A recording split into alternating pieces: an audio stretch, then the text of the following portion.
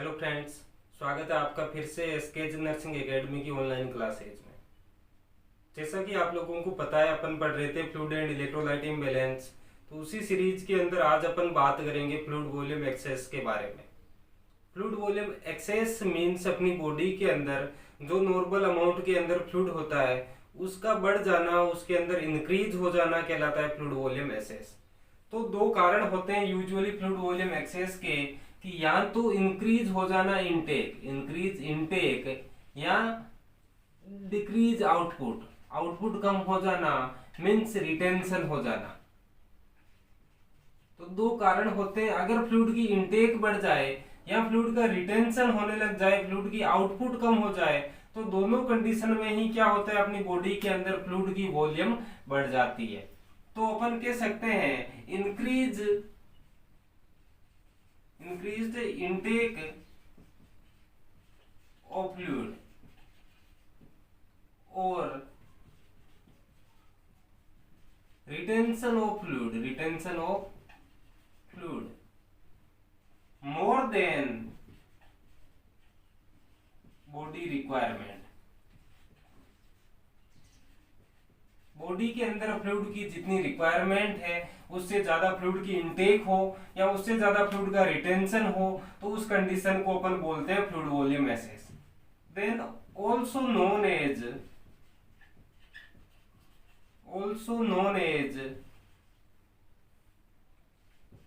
Over hydration. इसी को अपन ओवर हाइड्रेशन के नाम से भी जानते हैं या फ्लूइड ओवरलोड के नाम से भी जानते हैं। Also known as overhydration और फ्लूइड ओवरलोड। इसी कंडीशन को अपन ओवर हाइड्रेशन या फ्लूइड ओवरलोड के नाम से जानते हैं। देन मैं बात करता हूं types of fluid volume excess की। तो जिस तरह से अपन ने पढ़े थे, डिहाइड्रेशन के तीन टाइप थे, isotonic dehydration, hypertonic dehydration and hypotonic dehydration. Types of over hydration. तो उसी तरह ओवर हाइड्रेशन के भी तीन टाइप होते हैं। फर्स्ट वन मैं बात करता हूं isotonic over hydration. Isotonic over hydration.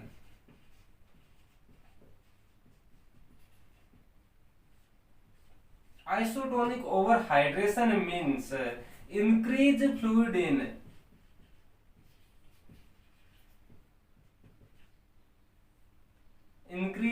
in extracellular compartment।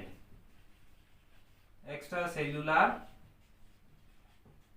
Compartment के अंदर ब्लड वेसल्स के अंदर फ्लूइड बढ़ जाना, क्योंकि इस फ्लूइड की टोन कैसी है, बॉडी फ्लूइड के जितनी ही है, आइसोटोनिक फ्लूइड है ये। इसीलिए तो अपन ने बोला है आइसोटोनिक ओवर हाइड्रेशन, क्योंकि increase fluid in extracellular compartment. और ये आइसोटोनिक फ्लूइड है तो not shift into intracellular compartment, क्योंकि आइसोटोनिक फ्लूइड कभी भी शिफ्ट नहीं होता, नॉट शिफ्ट इनटू इंट्रासेल्यूलर। तो क्या होगा, ये फ्लूइड वेसल्स के अंदर ही पड़ा रहेगा और क्या करेगा, सर्कुलेटरी ओवरलोड। क्या करेगा, सर्कुलेटरी ओवरलोड। अपना सर्कुलेटरी सिस्टम ओवरलोड हो जाएगा, क्योंकि इंट्रावास्कुलर फ्लूइड बढ़ जाएगा या एक्स्ट्रा सेल्यूलर फ्लूइड बढ़ जाएगा। और ये फ्लूइड आइसोटोनिक है तो सेल्यूलर स्पेस में शिफ्ट होने वाला नहीं है, इसलिए सर्कुलेटरी ओवरलोड देखने को मिलेगा। देन ये कंडीशन अपने को देखने को मिलती है, एक तो किसमें मिलेगी, ये कंडीशन मिलेगी अपने को रीनल फेलियर। किसके अंदर, रीनल फेलियर के अंदर ये कंडीशन देखने को मिलेगी। Then uncontrolled IV therapy. Uncontrolled IV therapy दी अपन ने, और वो भी कौन सा, आइसोटोनिक फ्लूइड के थ्रू। अगर आइसोटोनिक फ्लूइड ज्यादा चढ़ा दिया किसी पेशेंट को तो भी आइसोटोनिक ओवर हाइड्रेशन डेवलप हो सकता है। आइसोटोनिक ओवर हाइड्रेशन डेवलप हो सकता है। देन इसके अलावा ये डेवलप होता है कोर्टिकोस्टेरॉइड यूज। अगर कोर्टिकोस्टेरॉइड का ज्यादा यूज करें लंबे टाइम तक कोर्टिकोस्टेरॉइड सप्लीमेंट लेता रहे कोई पर्सन, तो उसके अंदर भी आइसोटोनिक ओवर हाइड्रेशन डेवलप हो जाता है।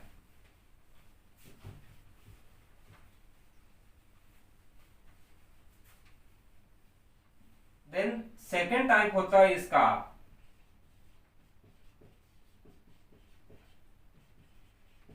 Hypertonic overhydration.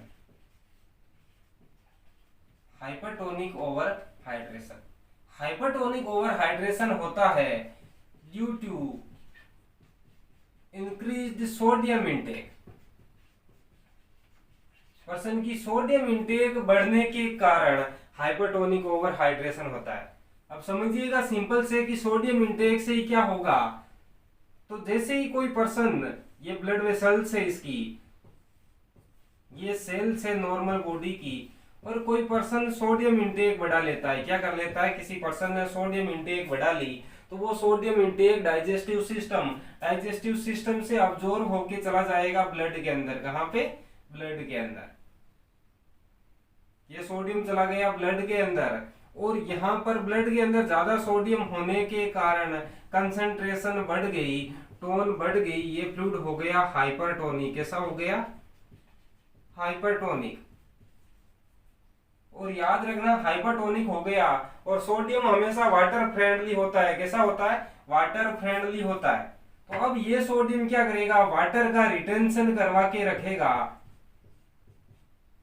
और जो सेल्यूलर फ्लूइड है, क्योंकि ऑस्मोसिस डेवलप होगा low concentration to high concentration, और इस तरह से सेल्यूलर फ्लूइड कहां पे आ जाएगा?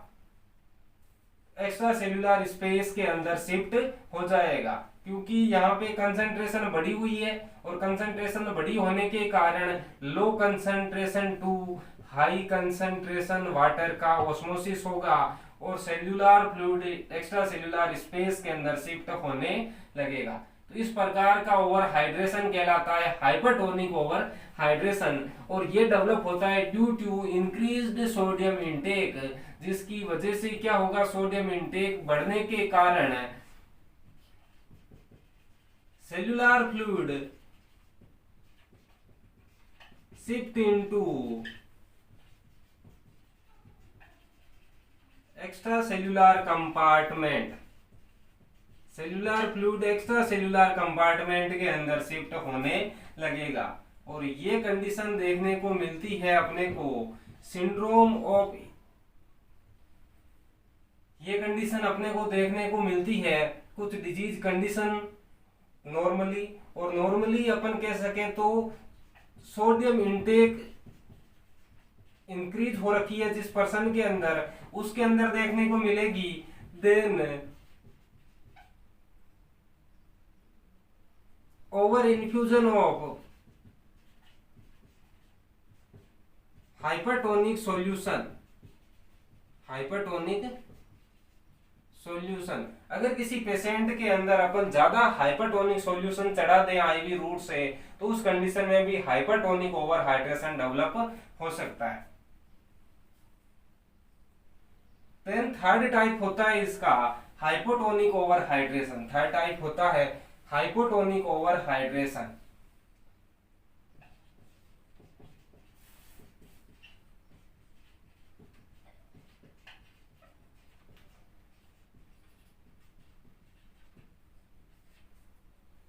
हाइपोटोनिक ओवर हाइड्रेशन मीन्स अब यहाँ पे सिर्फ वाटर का रिटेंशन होगा, इलेक्ट्रोलाइट का रिटेंशन नहीं होगा, तो इसलिए इस कंडीशन को अपन कहते हैं वाटर इंटॉक्सिकेशन। क्या कहते हैं? वाटर इंटॉक्सिकेशन, क्योंकि यहाँ पर सिर्फ वाटर का रिटेंशन हो रहा है, ना कि इलेक्ट्रोलाइट का। और सिर्फ वाटर का रिटेंशन होगा तो क्या होगा? इस तरह से होगा कि ये अपनी सेल्स है,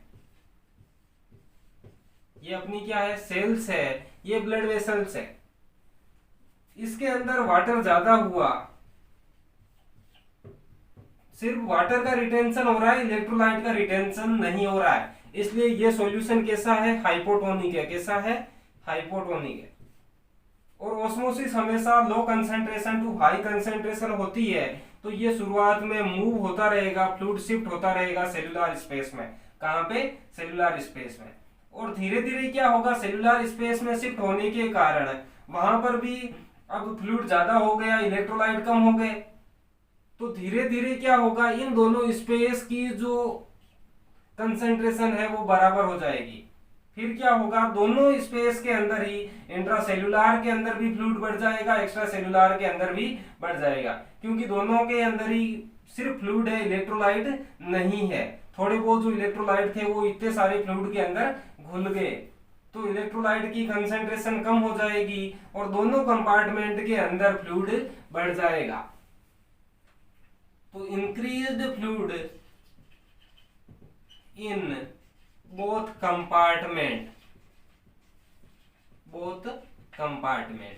और इस तरह का जो अपने हाइपोटोनिक ओवरहाइड्रेशन होता है वो देखने को मिलता है सिंड्रोम ऑफ इनएप्रोप्रिएट एडीएच के अंदर, then early stage renal failure के अंदर भी हाइपोटोनिक ओवरहाइड्रेशन देखने को मिलता है। तो इस तरह से ये तीन टाइप होते हैं अपने जनरली ओवरहाइड्रेशन के या फ्लूइड वॉल्यूम एसेस के, आइसोटोनिक, हाइपरटोनिक एंड हाइपोटोनिक। अब अपन बात करते हैं कि अगर किसी पेशेंट के अंदर ओवरहाइड्रेशन हो जाए या फ्लूइड वॉल्यूम एक्सेस हो जाए तो कौन कौन से क्लिनिकल फीचर्स अपने को देखने को मिलेंगे,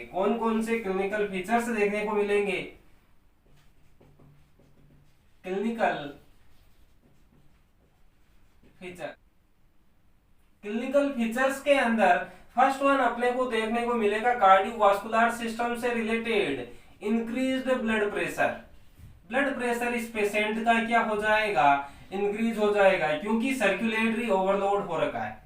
then bounding and increased pulse rate भी क्या हो जाएगी, इंक्रीज्ड हो जाएगी।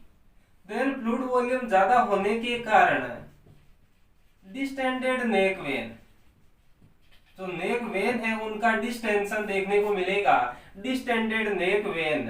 Then increased CVP, central venous pressure, जो usually 3 to 6 mm of HG होता है वो बढ़ा हुआ मिलेगा, इंक्रीज्ड मिलेगा। देन रेस्पिरेटरी की मैं बात करूं तो क्रैकल साउंड सुनाई देंगे, हो सकता है डिजीज के कारण पल्मोनरी एडिमा डेवलप हो गया और क्या सुनाई देंगे अपने को, क्रैकल साउंड। देन डिसअपनिया देखने को मिलेगा। देन ड्राई पेल स्किन कैसी होगी, पेल स्किन होगी।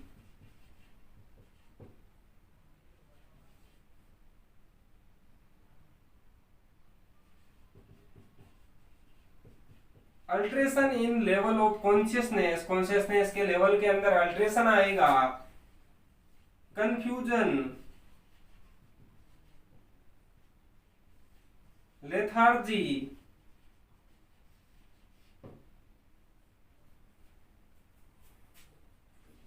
देन इंक्रीज्ड जीआई मोटिलिटी क्या हो जाएगी, इंक्रीज्ड हो जाएगी। देन डायरिया, एडिमा, और एडिमा होगा तो वेट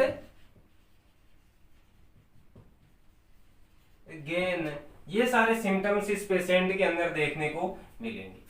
उसके अलावा मैं यूरिन से या किडनी से रिलेटेड बता देता हूं, डिक्रीज्ड यूरिन आउटपुट डिक्रीज मिलेगा कब, इफ रीनल कोज, अगर फ्लूइड वॉल्यूम एक्सेस का कारण किडनी से रिलेटेड है तो मींस अगर रीनल फेलियर के कारण फ्लूइड वॉल्यूम एक्सेस हुआ है तो यूरिन आउटपुट डिक्रीज्ड मिलेगा।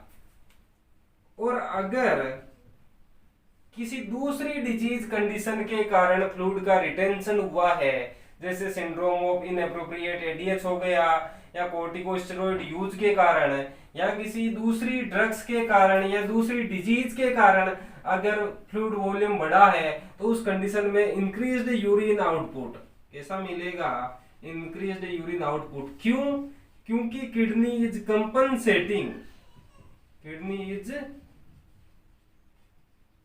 कंपनसेटरी मैकेनिज्म होती है कि कोई अबनॉर्मलिटी हो जाए या कोई फंक्शन गड़बड़ हो जाए तो उसको रेगुलेट करने का ये कंपनसेटरी मैकेनिज्म चलाती है किडनी। तो अगर किसी दूसरी डिजीज के कारण फ्लूइड बढ़ा है तो उसको कम करने के लिए किडनी कंपनसेट करेगी और उस कंडीशन में यूरिन आउटपुट इंक्रीज होगा। और अगर यहाँ पे किडनी खुद डैमेज हो रखी है तो यूरिन आउटपुट डिक्रीज होगा। तो इस तरह से ये स्पेसिफिक साइन है, ध्यान रखना, दोनों कंडीशन में अलग अलग देखने को मिलता है। बाकी ये जनरल सिम्टम होते हैं जो फ्लूइड वॉल्यूम ओवरलोड के अंदर अपने को देखने को मिलते हैं। इसके बाद अपने को करना होता है इस डिजीज कंडीशन का डायग्नोसिस। क्या करना होता है? डायग्नोसिस। तो सिंपल सी बात है, जिस तरह से अपन ने डिहाइड्रेशन का डायग्नोसिस किया था वो सेम उसके ऑपोजिट डायग्नोसिस होता है अपने फ्लूइड वॉल्यूम एक्सेस का। मींस बॉडी के अंदर फ्लूइड ज्यादा हो गया और फ्लूइड ज्यादा होने के कारण इलेक्ट्रोलाइट क्या हो गए? कम हो गए, कंसंट्रेशन कम हो गई। तो अब देखो सब चीजों की ब्लड के अंदर जितनी भी चीजें थी ना, समझ लो सबकी कंसंट्रेशन कम हो गई। तो डायग्नोसिस के अंदर मैं करवाऊंगा सीरम ओस्मोलालिटी, ओस्मोलालिटी। तो वाटर कम हो गई, ज्यादा हो गया, बाकी चीजें कम हो गई, तो कंसंट्रेशन क्या होगी? घटेगी। सीरम ओस्मोलालिटी कैसी मिलेगी? डिक्रीज्ड मिलेगी। Then serum haematocrit, serum haematocrit level कैसा मिलेगा? डिक्रीज्ड मिलेगा। सीरम सोडियम लेवल जो कि 135 से 145 मिली इक्विवेलेंट पर लीटर होता है, वो भी क्या मिलेगा? डिक्रीज्ड मिलेगा। देन ब्लड यूरिया नाइट्रोजन जो कि 8 से 25 mg पर डेसीलीटर होता है, वो भी क्या मिलेगा? डिक्रीज्ड मिलेगा। देन यूरिन की specific gravity, urine specific gravity जो कि होती है 1.0102 1.025 और ये भी यहाँ पे क्या मिलेगी? डिक्रीज्ड मिलेगी। तो ये 5 मेजर डायग्नोस्टिक टेस्ट होते हैं जो अपन यूज करते हैं इस कंडीशन को कंफर्म करने के लिए, डायग्नोस करने के लिए। देन जब ये कंडीशन अपने कंफर्म हो जाती है, डायग्नोस हो जाती है, तो अपने को करना होता है ट्रीटमेंट। क्या करना होता है? ट्रीटमेंट। और ट्रीटमेंट में ज्यादा कुछ नहीं होता कि जो फ्लूइड अंदर कलेक्ट हो रखा है उसको रिमूव कर दो और बाहर से एक्स्ट्रा फ्लूइड को रेस्ट्रिक्ट कर दो। तो सिंपल सी बात है ट्रीटमेंट। और ट्रीटमेंट मोडालिटीज के अंदर अपन यूज करते हैं restrict sodium and fluid, fluid को भी रेस्ट्रिक्ट करेंगे, सोडियम को भी रेस्ट्रिक्ट करेंगे। देन दूसरी मोडालिटीज कि जो फ्लूइड अंदर कलेक्ट हो रखा है, एक्यूमुलेशन हो रखा है, उसको कम करने के लिए डायूरेटिक्स क्या यूज करोगे? डायूरेटिक्स यूज करोगे। देन थर्ड वन, अगर रीनल फेलियर कारण है, ज्यादातर जो फ्लूइड वॉल्यूम एक्सेस होता है उसके पीछे कारण एक ही होता है, रीनल फेलियर। क्या होता है? Renal failure. Renal failure is a most common risk factor for fluid volume overload. Fluid volume overload का सबसे मोस्ट कॉमन कॉज होता है रीनल फेलियर। तो अगर रीनल फेलियर की वजह से ये कंडीशन डेवलप हुई है तो अपने को करना पड़ेगा डायलाइसिस। क्या करना पड़ेगा? डायलाइसिस। डायलाइसिस के 2 टाइप होते हैं, आगे अपन पढ़ेंगे। पेरिटोनियल डायलाइसिस भी कर सकते हैं अपन और हीमोडायलाइसिस भी कर सकते हैं। पेरिटोनियल डायलाइसिस भी कर सकते हैं और हीमोडायलाइसिस भी कर सकते हैं। तो इस तरह से ये 3 ट्रीटमेंट मोडालिटीज अपन यूज करते हैं। इसके अलावा मॉनिटर करना है अपने को input and output, then daily weight, इस पेशेंट के डेली वेट को मॉनिटर करना है। तो इस तरह से ये अपनी आज की disease condition fluid volume excess, जो कि आसान सी है, सिंपल सी डिजीज कंडीशन है, लेकिन इससे रिलेटेड क्वेश्चंस कई बार एग्जाम्स के अंदर आपके पूछे गए थे, इसलिए अपन ने डिस्कस की।